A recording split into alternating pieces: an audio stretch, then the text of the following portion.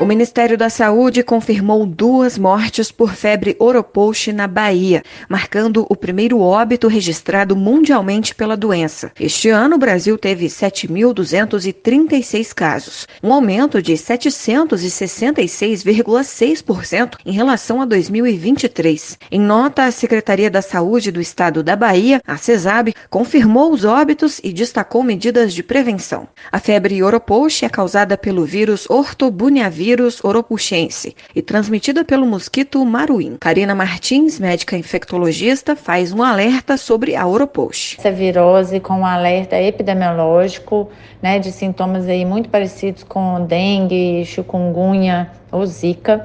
Ela é também uma arbovirose, ou seja, transmitida por artrópodes, como os mosquitos ou carrapatos. Só que o mosquito da febre do oropouche é um mosquito diferente. É um mosquito chamado mosquito Culicoides paraensis, conhecido como maruim ou mosquito pólvora. Também o mosquito Culex pode ser transmissor em ambientes urbanos. Os sintomas da febre oropouche incluem febre alta, dores de cabeça intensas, dores musculares e articulares e, em alguns casos, manifestações hemorrágicas. Os sintomas costumam aparecer de 4 a 8 dias após a picada do mosquito infectado. Karina Martins explica as diferenças dos sintomas.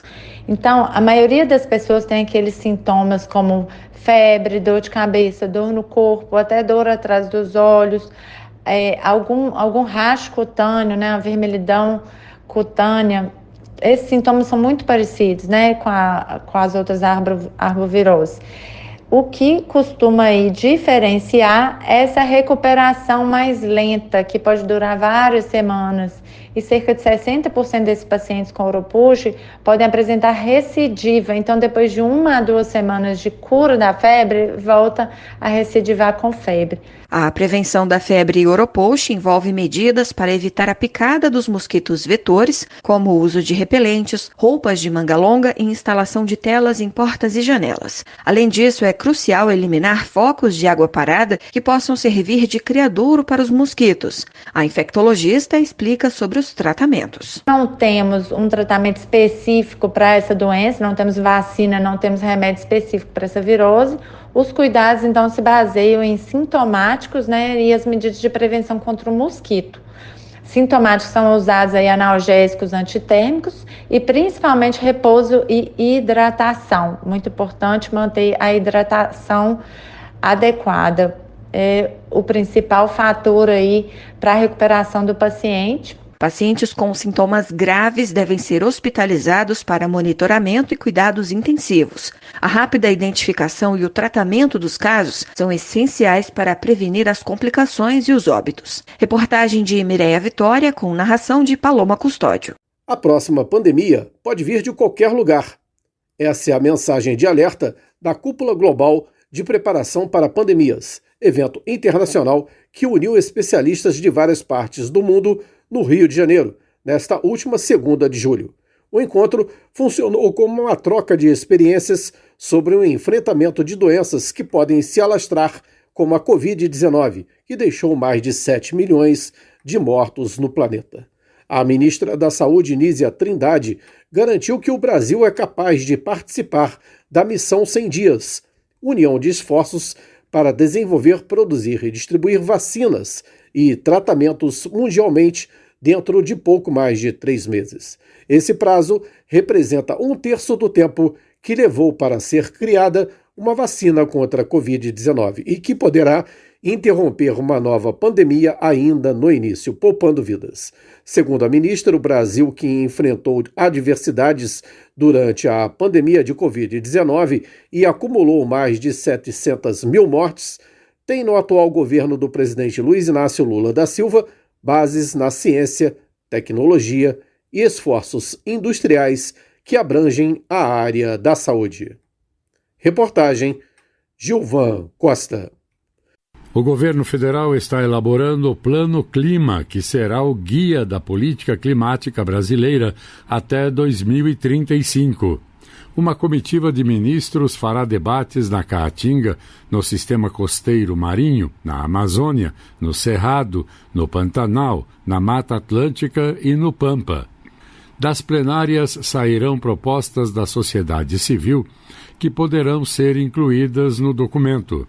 O presidente Luiz Inácio Lula da Silva apresentará a primeira versão do texto na COP29, no Azerbaijão, em novembro.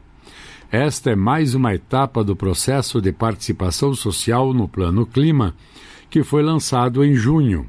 O governo está fazendo consultas diretas à população e debates com especialistas em meio ambiente, organizações da sociedade civil, conselhos de políticas públicas, movimentos sociais e sindicais em todas as etapas de elaboração do texto. A plataforma digital do governo federal Brasil Participativo está recebendo as propostas da população até o dia 26 de agosto. Qualquer pessoa com CPF pode apresentar 3 propostas e votar em até 10 propostas de outros participantes. Também há espaço para comentários. Da agência Rádio Gov em Brasília, Lademir Filipim. O presidente Luiz Inácio Lula da Silva afirmou nesse domingo 28 que o mundo voltou a acreditar no Brasil como resultado de uma diplomacia ativa e altiva do governo brasileiro. Em pronunciamento à nação, Lula fez balanço de 1 ano e meio de gestão, citando conquistas econômicas e sociais, apontando a reinserção do país no cenário internacional. O Brasil recuperou seu protagonismo no cenário mundial. Participamos de todos os principais fóruns internacionais. O Brasil voltou ao mundo e o mundo agora vai passar pelo Brasil, disse Lula, citando a cúpula dos líderes do G20, que será realizada em novembro no Rio de Janeiro. O Brasil está na presidência do G20, grupo composto por 19 países e 2 órgãos regionais, União Africana e a União Europeia. Em 2025, o Brasil também sediará a reunião dos BRICS, grupo composto por 10 países em desenvolvimento, e a Conferência da ONU sobre Mudanças Climáticas, a COP30, em Belém. Da agência Rádio Gov em Brasília, Lademir Filipim. Fundamental no transporte de órgãos e tecidos, o Verdinho da Saúde, como o helicóptero da Secretaria de Saúde do Estado do Rio é conhecido, acaba de alcançar a marca de 600 órgãos transportados. Em 3 anos de atividade, a aeronave realizou mais de 1.000 horas de voo, percorrendo todo o território fluminense, que é o único do país a contar com um helicóptero exclusivo para a logística de transporte de órgãos por meio da Superintendência de Operações Aéreas. A agilidade do transporte aéreo de órgãos deu uma nova chance para 246 pacientes renais, 159 pessoas com doenças hepáticas, 61 pacientes cardíacos, 22 pessoas com doenças pulmonares, além de 12 pacientes que precisavam de um novo pâncreas, 51 que necessitavam de transplante de córneas e 51 que contaram com outros órgãos diversos. Cada órgão tem um prazo máximo para o transporte e o transplante, que pode variar de 4 horas, como o pulmão e coração, a 12 horas o fígado. O helicóptero agiliza essa logística, salvando vidas e acelerando a chegada ao receptor em tempo hábil para o transplante, em uma verdadeira corrida contra o tempo. Reportagem Gilvan Costa. Assim como aconteceu com a Política Nacional de Resíduos Sólidos em 2010, que pretendia acabar com os lixões até 2014, o Brasil mais uma vez não conseguiu cumprir com as metas estabelecidas para este ano. É o que mostra a nova edição do Panorama dos Resíduos Sólidos no Brasil 2023, elaborado pela Associação Brasileira de Resíduos e Meio Ambiente. Foram mais de 33 milhões de toneladas de resíduos sólidos urbanos com destinação inadequada em 2022. Para o presidente da Abrema, Pedro Maranhão, o número está exagerado para o século XXI. A gente sempre fala que no resíduo sólido nós estamos na época medieval. Hoje nós geramos aproximadamente 80 milhões de toneladas de resíduos domiciliares, urbanos. Desses aproximadamente 80 milhões, 33 milhões tem uma destinação inadequada, né? Isso é inconcebível nos dias de hoje, né? Você ter tanto resíduo jogado a céu aberto, que está contaminando o planeta, contaminando o lençol freático e fazendo um grande mal à saúde. O presidente da Associação Internacional de Resíduos Sólidos, membro do Conselho da ONU para temas de resíduos e sócio da S2F Partners, Carlos Silva Filho, diz que as metas estabelecidas vão além do que acabar com os lixões. Também determina a destinação final adequada para a reciclagem, o tratamento, a recuperação dos resíduos sólidos potencialmente recuperáveis e ainda a disposição final ambientalmente adequada para os rejeitos. Mas ainda não conseguimos cumprir essa meta, estamos bastante distantes, ainda cerca de 40% dos resíduos no país têm destinação inadequada, contabilizando também aquilo que sequer é coletado, e precisamos realmente de ações para avançar, ações integradas. Precisamos de uma política de Estado, uma política de Estado que priorize essa temática, porque atualmente essa prática medieval de lixões a céu aberto, de destinos inadequados, afeta toda a sociedade brasileira. De acordo com a pesquisa, o pior cenário está nas regiões Norte e Nordeste, com apenas 36,6% e 37,3% dos rejeitos, respectivamente, encaminhados para aterros. Em seguida, o Centro-Oeste, onde apenas 43,6% do lixo tem manejo adequado. Já o melhor cenário está nas regiões Sul e Sudeste, com mais de 70% dos resíduos sólidos indo para destinação adequada. As duas regiões são as únicas do país com mais da metade dos resíduos sendo encaminhados para áreas ambientalmente adequadas, indica o estudo. Reportagem Lívia Azevedo.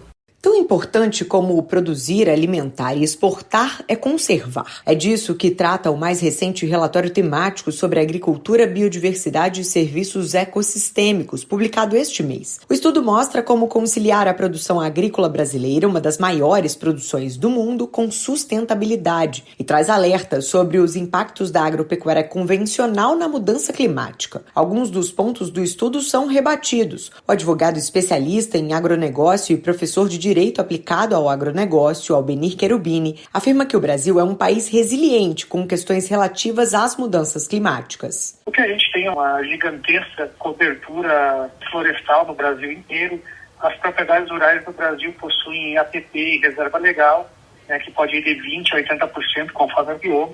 O agronegócio brasileiro, em regra, ele adota práticas conservativas do solo, de manejo cada vez mais aprimorado. Em Juiz de Fora, Minas Gerais, o produtor de milho para silagem, Marcelo Baroni, conta que desde o ano passado vem notando mudança no regime de chuvas, o que interferiu negativamente na produção.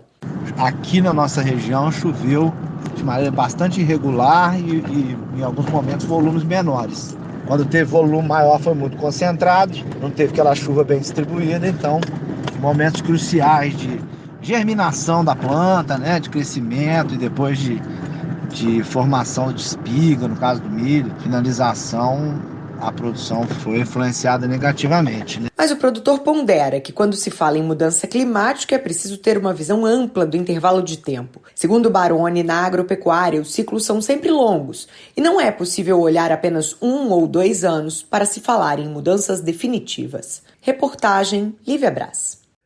Desde meados de julho, a aplicação da vacina contra a dengue foi ampliada para todas as unidades básicas de saúde de Rio das Ostras, no estado do Rio. O público-alvo são as crianças e adolescentes de 10 a 14 anos, segundo normas do Ministério da Saúde. A imunização acontece de segunda a sexta, exceto feriados, das 8h30 da manhã às 4h30 da tarde, em livre demanda. O esquema vacinal é composto por 2 doses, com um intervalo de 3 meses entre a primeira e a segunda aplicação. Crianças infectadas com a dengue devem aguardar 6 meses após a recuperação para tomar a vacina. Caso a criança contraia a doença após a primeira dose, o intervalo de 3 meses para a segunda dose não é alterado, porém, a segunda dose não deve ocorrer em período inferior a 30 dias do início da doença. Reportagem Gilvan Costa. O Ministério da Gestão e da Inovação em Serviços Públicos deu início, na última quarta-feira, à consulta pública para o projeto Supermercado Virtual, visando coletar contribuições da sociedade sobre a iniciativa. A consulta ficará aberta até 9 de agosto e poderá ser acessada pelo Participa Mais. Nesta segunda-feira, será realizada uma sessão híbrida para esclarecer dúvidas sobre a proposta, com transmissão ao vivo pelo canal do Ministério no YouTube.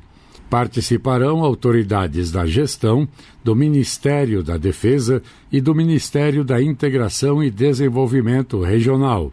O projeto Supermercado Virtual tem como objetivo contratar uma empresa especializada em outsourcing, a terceirização, para implementar uma solução informatizada na web para o fornecimento de gêneros alimentícios. Este serviço atenderá ao Ministério da Integração e Desenvolvimento Regional, ao MD, por meio do Comando Militar do Planalto do Exército Brasileiro, e a outros órgãos e entidades da Administração Pública Federal que manifestarem interesse. Da agência Rádio Gov em Brasília, Lademir Filipim. Sobradinho Restaurante Grill e Pizza. Há mais de 20 anos na Avenida Alberto Braune 98, centro de Nova Friburgo. Refeições deliciosas de segunda a sábado, com atendimento especial para empresas. Destaques: prato executivo com guaravita grátis e self-service com churrasco. No fim do dia, pizzas artesanais com massa de aipim. Pagamento por cartões ou Pix. Peça pelo WhatsApp 22 997 652 003. Sobradinho Restaurante Grill e Pizza. Tradição e sabor no seu dia.